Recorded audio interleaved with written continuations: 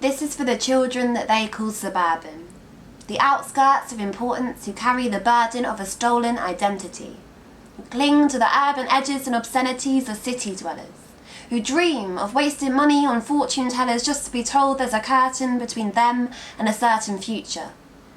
No better than the career advisor who delivered the sermon. You could be the bed pusher but never the surgeon. You could be the cider but never the bourbon. You could be the prostitute but never the virgin. This is for the children that think that no one heard them, crying under lamplights with the foxes in the twilight, who haven't seen the stars before because no one ever stirred their souls enough to fight for the above and not the below. This is for the children with a history of letting go of boxing gloves and status quo, who believe success is reserving a club table with some Veuve Clicquot.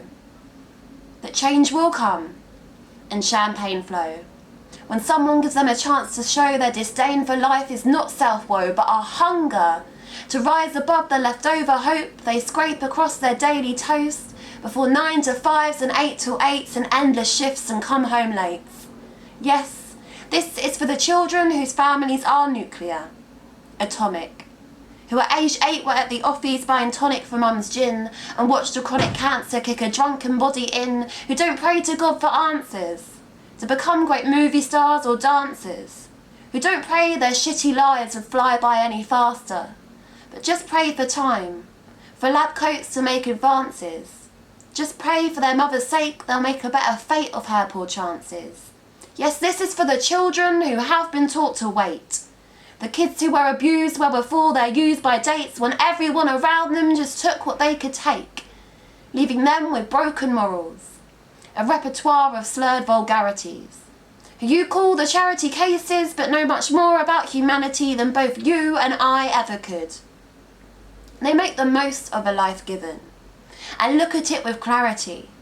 Awake each night with gutted veins aflame with poetry, a beauty to what they speak like, a lyrical dexterity from navigating snaking streets and the weight of their posterity. Yes, this is for the children that I grew up with, the kids I loathed at school because they couldn't show up with the right books or homework, the kids clothed in hand-me-downs and didn't have a fuck to give, who rose above authority and treated me so horribly because I looked down my nose at those who I thought had no priorities, as if they chose their home lives, their nuclear families, as if they didn't have every right to throw their chairs and strangle me, when I thought them all vandals, no candle to be held to me.